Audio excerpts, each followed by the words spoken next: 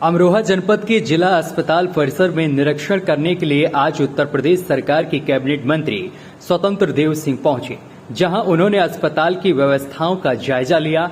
इस दौरान उनके साथ डीएम और एसपी मौजूद रहे। जब इमरजेंसी वार्ड में स्वतंत्र देव सिंह पहुंचे तो वहां पर एक फौजी दिखाई दिया, जिससे पूछताछ में पता लगा कि उसके परिवार के एक दबंग ने मारपीट की है, लेकिन पुलिस ने कोई कार्रवाई नहीं की है। जिसके बाद स्वतंत्र देव सिंह ने तुरंत एक्शन लिया और एसपी को मौके पर बुलाने के आदेश दिए। पुलिस को बुलाकर उन्होंने पूरे मामले में 1 घंटे में कार्रवाई के आदेश दिए हैं। इसके अलावा मंत्री स्वतंत्र देव सिंह ने महिला विंग के वार्ड में जाकर निरीक्षण किया। वहां पर एक मासूम बच्चे को गोदी में लेकर मंत्री ने कहा कि यह बच्चा बहुत खुशनसीब है, क्योंकि इसे मंत्री की गोद नसीब हुई है। पत्रकारों से बात करते हुए मंत्री स्वतंत्र देव सिंह ने ज्ञानव्यापी मस्जिद के मामले में सरकार की तारीफ की है और अखिलेश यादव पर जमकर निशाना साधा है। उन्होंने कहा है कि उनकी सरकार में लूटने का काम होता था और हमारी सरकार में विकास का काम होता है। मंत्री के द्वारा दिए गए आश्वासन के मामले में जब फौजी चमन कुमार से बात हुई तो उन्होंने बताया कि उनके परिवार में 3 लोग फौजी हैं और उनके परिवार की पुलिस ने कोई खास सुनवाई नहीं की है।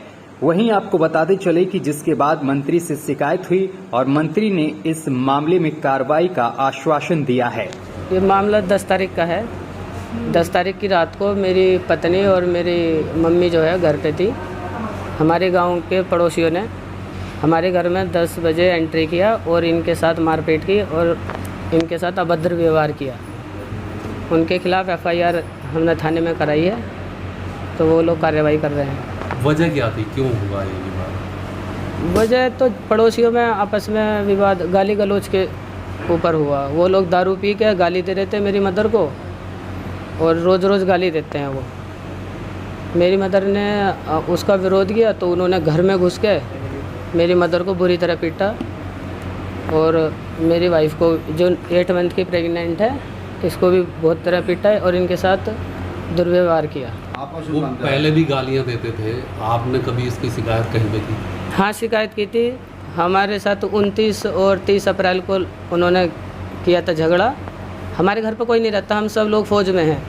एक भाई रेलवे में, वो भी बाहर रहता है। मर्द हमारे घर पर कोई नहीं रहता, तो यहाँ पर औरतें रहती हैं बस। मेरे पापा हैं ओल्ड एज, वो सीनियर सिटीजन है।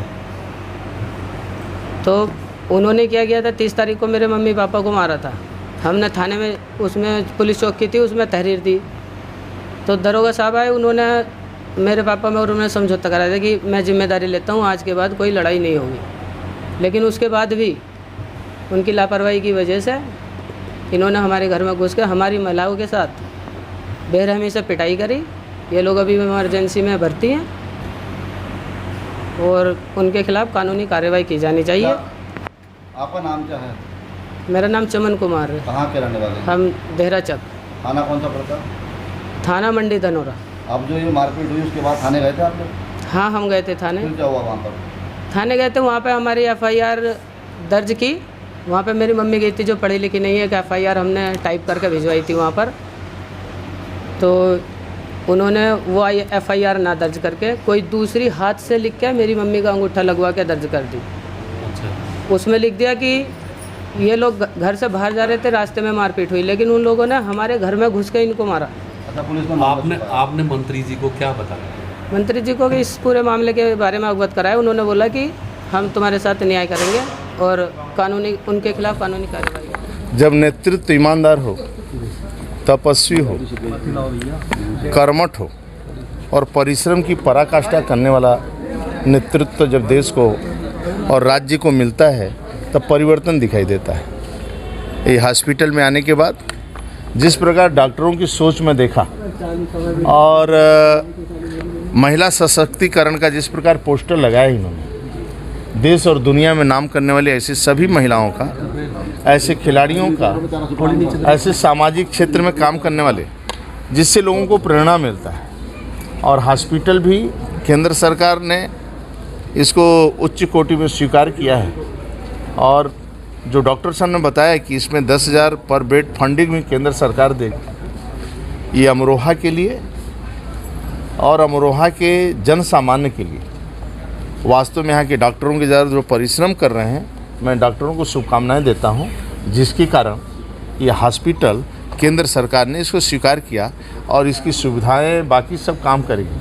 आदरणीय योगी जी के नेतृत्व में जो लोग परिश्रम की पराकाष्ठा हमारे अधिकारी कर्मचारी यहाँ डॉक्टर कर रहे हैं, वास्तव में सम्मान के योग्य है। आज हम लोग सुबह से निकले, एक एक विभाग देख रहे हैं और जो थोड़ी बहुत कमियां दिखाई देती है, मान लो अभी हॉस्पिटल में घूमा, वो डॉक्टर साहब को मैं बता दूंगा, तो कुछ कमियां रहती हैं, कुछ अच्छा ही रहती हैं, और लेकिन हम सभी मिलकर जनता की सेवा कैसे करें और जनता के लिए काम कैसे करें, इसी का हमारे साथ हमारे बेसिक शिक्षा मंत्री स्वतंत्र प्रभार आदरणीय संदीप जी, हमारे राज्य मंत्री आदरणीय संजीव गौड़ जी, तीनों लोग आए हैं और दिन भर रहेंगे, रात में रहेंगे, कल सुबह भी रहेंगे। मंत्री हम लोग देखेंगे, जो कमियां होगी उसको ठीक करेंगे, लेकिन एक ही लक्ष्य हम सबका है कि पंक्ति के अंतिम व्यक्ति को मान मिले, सम्मान मिले, भरपेट भोजन मिले और रहने को छत मिले।